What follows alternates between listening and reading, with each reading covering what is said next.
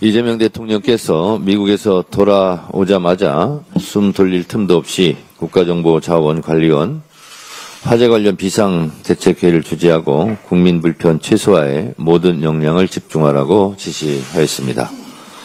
먼저 국가정보자원관리원 화재로 불편을 겪고 계신 국민 여러분들께 송구하다는 말씀을 드립니다. 정부는 신속히 상황을 수습하여 한시라도 빨리 정부 시스템을 정상적으로 가동시키고 국민 불편을 최소화할 수 있도록 만전을 다해 주시기 바랍니다. 사건, 사고는 언제든 일어날 수 있고 이를 최대한 예방하는 것이 최선입니다. 사건, 사고가 발생했을 때 이에 대처하는 능력, 그리고 다시는 그러한 사건, 사고가 발생하지 않도록 재발 방지 대책을 세우는 노력, 이 두 가지에서 그 나라의 역량이 드러난다고 생각합니다. 정부는 국가정보관리원 화재 즉시 전 국민에게 안전 문자를 보내 국민의 불편이 예상되는 사례에 대하여 적극적으로 상황을 공유하고 대처 방안을 미리 알렸습니다.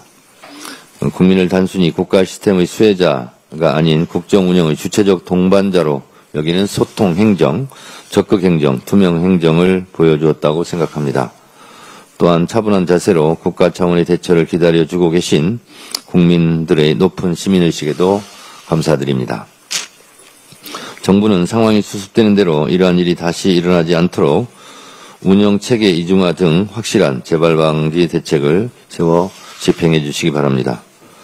더불어민주당도 신속한 복구와 국민불편 최소화, 재발방지 대책의 대책 마련에 도움을 줄 수 있는 것이라면 무엇이든지 돕겠습니다.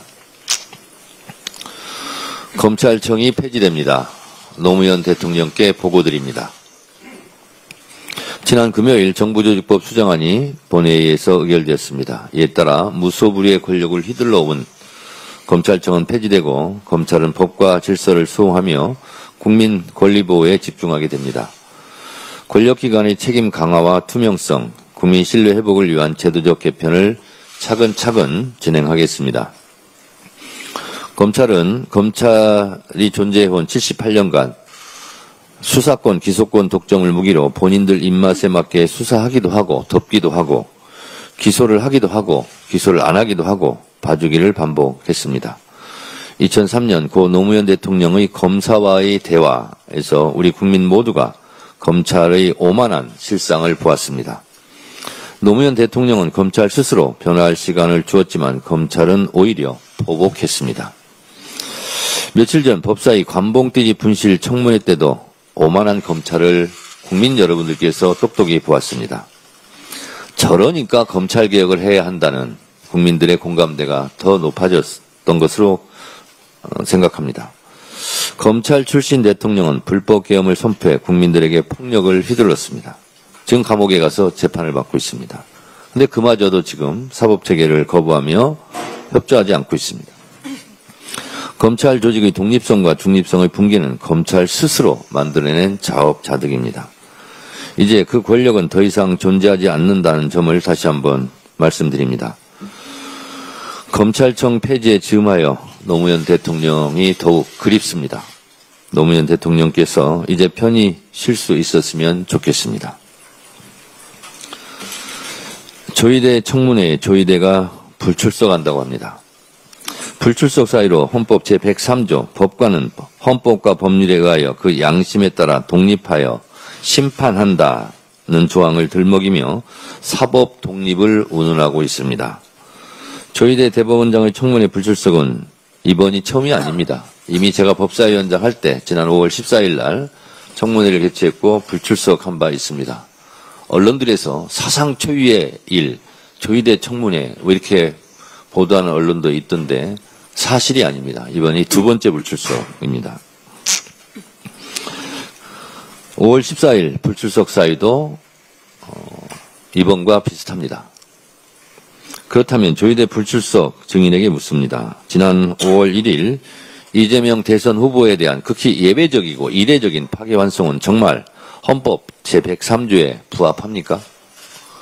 조희대 불출석 증인은 대선 후보를 바꿔치기 해도 된다는 반헌법적 오만의 발로가 혹시 아니었습니까? 조희대 불출석 증인에 대한 대선 개입 의혹에 대해 진실을 밝히는 것이 사법 독립에 반합니까? 태산이 높다 한들 하늘 아래 매입니다. 하늘 위에 사는 사람은 없습니다. 입법, 행정, 사법부도 다 하늘과 헌법 아래 존재합니다. 사법부는 하늘과 헌법 위에 존재합니까? 사법부는 입법부의 국회의원들도 재판정에서 심판합니다. 그것을 입법부 독립을 침해했다고, 삼권 분립을 훼손했다고 강변하지 않습니다. 사법부의 존재와 업무를 인정합니다. 사법부로서 사법부의 일을 한 것이지요. 입법부도 입법부로서 독립하여 일합니다. 입법부는 입법부로서 필요하다면 당연히 누구라도 불러서 청문회를 진행할 권리와 의무, 법적 권한이 있습니다. 조희대 대법원장이 불출석하는 것 자체가 입법 부정이요, 입법부 부정이요, 삼권 분립을 부정하는 반헌법적 행위 아닙니까? 사법의 독립이란 판사의 판결에 대한 간섭으로부터의 독립을 의미하는 것이지, 의혹이 있는 판사를 국회에 부르면 안 된다는 천하무적 방패가 아닙니다. 판사는 무오류의 신입니까? 판사는 밥 안 먹습니까? 이슬만 먹고 삽니까? 사법부의 부정비리 의혹의 방패로 사용할 목적의 사법 독립은 자체가 사법 독립을 침해하는 것입니다. 조희대 증인의 국회 출석이 사법부 독립을 침해하는 사법의 식민지화입니까? 얼토당토하는 개변하지 마시고 당당하게 국회 청문회 출석해 진실을 밝히시기 바랍니다. 우리 국민은 잘못하면 대통령도 쫓아냅니다.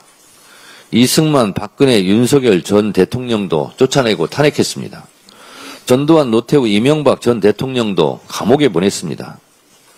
누구든지 잘못하면 조사받고 처벌받아야 합니다. 그게 헌법 정신 아닙니까? 조희대 대법원장이 뭐라고 진실을 밝히기 위한 국회 청문회를 거부합니까? 사법부도 조희대 대법원장도 국민 아래, 하늘 아래 있다는 것을 명심하시기 바랍니다. 국회 청문회에 출석하십시오. 이상입니다. 다음으로 김병기 원내대표의 발언이 있겠습니다.